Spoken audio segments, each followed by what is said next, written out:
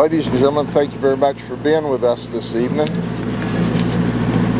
I am in charge of the OD Task Force. Our State Attorney Brian Haas has created a task force so that when there's an officer-involved shooting, that the lead detectives don't come from the agency that does the shooting. So we are in charge of this investigation tonight, and I will fill you in about the investigative information that we have up to this point, just as soon as Goreck, one of the finest chiefs of police that I've ever met, gives you information concerning the initial event and ultimately the shooting. As I always say, we're transparent. We release as much information to you as early as we can, but it's very important for you to understand that anything we tell you tonight is subject to modification as the investigation goes on and the details clear up. So with that, let me first introduce you to my friend, Chief Goreck. Chief. Thank you, Sheriff. I appreciate it. Good evening. Tonight, around 7 o'clock, one of my officers in the city limits of Haines City located a stolen vehicle. It was a 2014 Nissan Versa that had been stolen in the near vicinity within the prior 24 hours. The officer followed the vehicle for a short distance until backup arrived, and then they tried to initiate a traffic stop. Now, it's very important to understand that at this point, the people driving that vehicle could have ended this and stopped this by pulling over and doing the right thing. They chose instead to flee. Now, my officers, realizing that this vehicle is a 2,400-pound missile, could place other lives in danger. So they did attempt to stop the vehicle, and they initiated a pursuit. The pursuit went for a short distance, and then the suspects committed a count of aggravated battery with a motor vehicle by striking another vehicle near the intersection of Highway 27 and Polk City Road. Okay. At that point, the officers still continued to pursue. They made sure that they called that in so that people could respond and take care of those citizens. The pursuit continued until it got to a very populated area, and then my officers decided that the risk to apprehend them was not outweighed by the possible danger to the public as they entered a residential area. So my officers slowed down, discontinued, and went the other way. Shortly thereafter, the suspects continued to drive in a reckless manner, and a deputy sheriff who was in the area and when they were initially pursuing the vehicles had pulled over and was ready to deploy what are called stop sticks. These are devices that are deployed on the roadway that can help end a pursuit. While he was standing there beside his vehicle waiting to see what was going to happen, the suspects actually emerged back onto Highway 27, went onto the shoulder of the road, and ran over these stop sticks that were sitting in the grass. So again, driving in a reckless manner, drove off the road, struck these stop sticks, and continued northbound on Highway 27. At that point, the pursuit was reinitiated and continued northbound on 27, sometimes reaching speeds of 100 miles an hour. Now, luckily, the traffic was light, which we were very thankful for on Friday. Otherwise, again, we would have discontinued the pursuit because we don't want to danger the public. As the pursuit continued northbound, they struck another vehicle, again, another count of aggravated battery on an innocent citizen here in Polk County with this 2,400-pound missile. Again, at any time, these suspects could have ended it by just simply pulling over.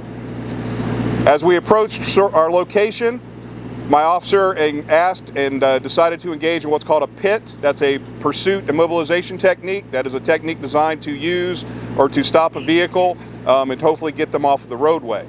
Okay. Shortly after requesting permission to do so, the vehicles came to a rest on the shoulder of the road.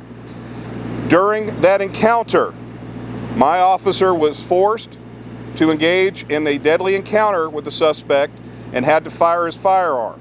Okay? The suspect was reaching for a firearm, and the suspect was immobilized and was able to be taken into custody. That was the passenger in the vehicle. The driver was also taken into custody. At this time, I'm going to go ahead and turn this back over to the sheriff and let him speak about the officer-involved Deadly Incident Task Force and their investigation. Thank you.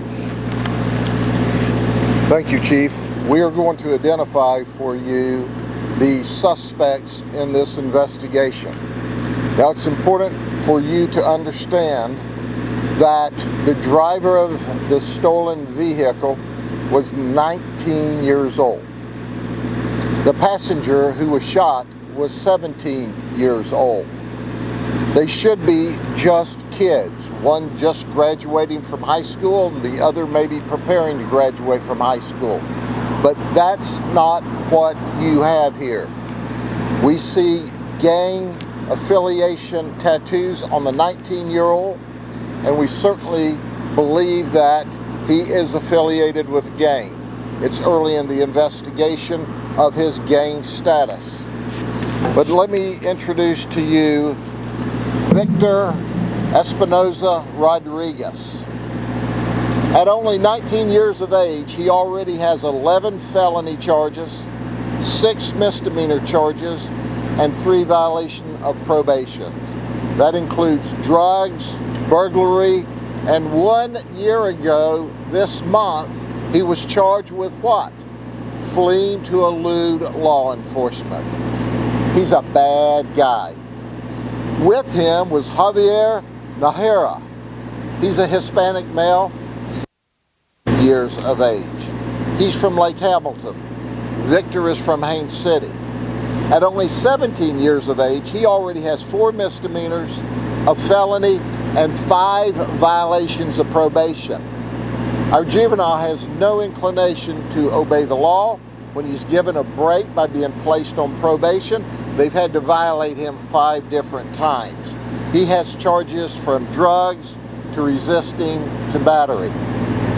He currently, as a result of his gunshots, is in emergency surgery at a local trauma center, listed in critical condition. But understand one thing, the officer didn't choose to shoot these folks or shoot at them. Victor was not hit. They chose for the officer to shoot, and that's exactly what happened. So it's important to understand that what was this officer facing? He was facing this 9mm Smith & Wesson handgun, as well as a 2,500-pound missile that they were catapulting themselves down the road at up to 100 miles an hour. He was the hero Haines City police officer that was protecting the motoring public, that was protecting the children that were riding with their parents to eat tonight. Sean Brunner. He's a 5-year veteran.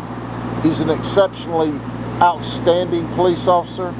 He was the one who placed his life in danger, who stood in the gap between good and evil to stop these violent felons from their conduct, and he's to be commended. This investigation is ongoing, but you may want to say to yourself, how did they steal the vehicle? Well, sometime between about 10 o'clock on Thursday night and about 8 o'clock on Friday morning, this car was stolen from a victim in Poinciana. Did I tell you that she left the keys in the vehicle and the vehicle unlocked? So in order to steal it, they just had to walk through the neighborhoods long enough until they found the vehicle. Now, we don't know where the handgun came from at this point. It is not reported stolen. So if you had a handgun stolen in the last few hours, please let us know where you are and give us the information on your gun so we can add more charges. I want to point out that that's not all.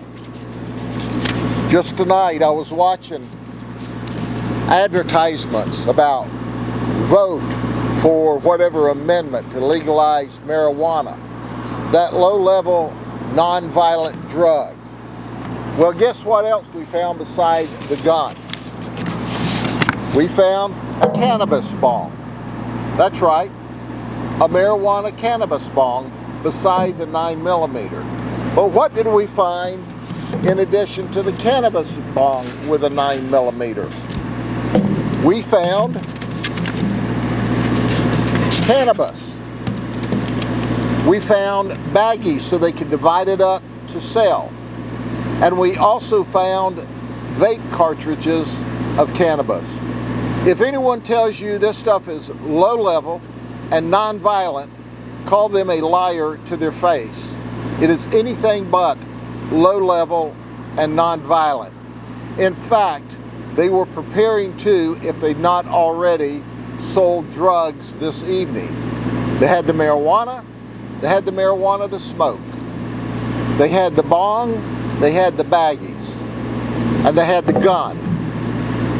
And as a result, once again, we were able to take this very violent pair of felons into custody, not the way we would have preferred, but the way they demanded this evening.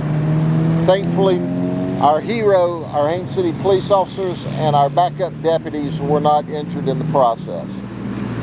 You know what we know at this point in the investigation. We will continue with this investigation. We will release more information next week. The 17-year-old's parents have been notified so that they can go to the hospital. However, we will not release anything else this weekend.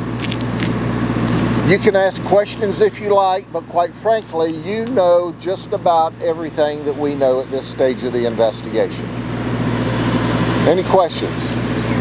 Speak loud. Can you talk about the other car that was hit and pursuing the people in that car with their condition is? There were two other vehicles that were struck, and one of them complained of some pain, and we recommended that they go to the hospital and be checked out. So in addition to felony possession of marijuana with intent to sell, in addition to stolen vehicle, in addition to aggravated assault with this firearm on our officers, we also have them barreling down the road in a 2,500-pound missile and striking at least two other vehicles. And this driver had been arrested a year ago. Did I bother telling you one more detail, that when the driver is chattering at the hospital with his very minor injuries, he said, "I wasn't driving the car, I was riding in the back seat." No, you weren't. So in addition to all the criminal charges, he's a liar. We'll give him a chance to lie to us some more as we take his statements. Sheriff, can you also speak to the officer that was pursuing the car, and during this pit maneuver when you saw the passenger brandish the weapon, was the officer by himself in that car? The officer was by himself in the vehicle.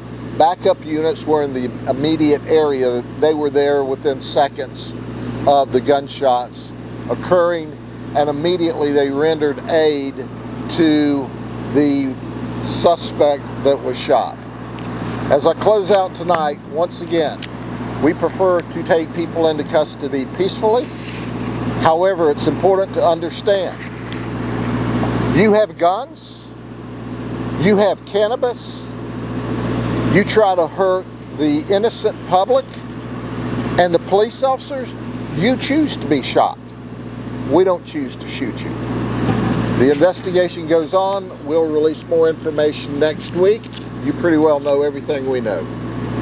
God bless you. Good night.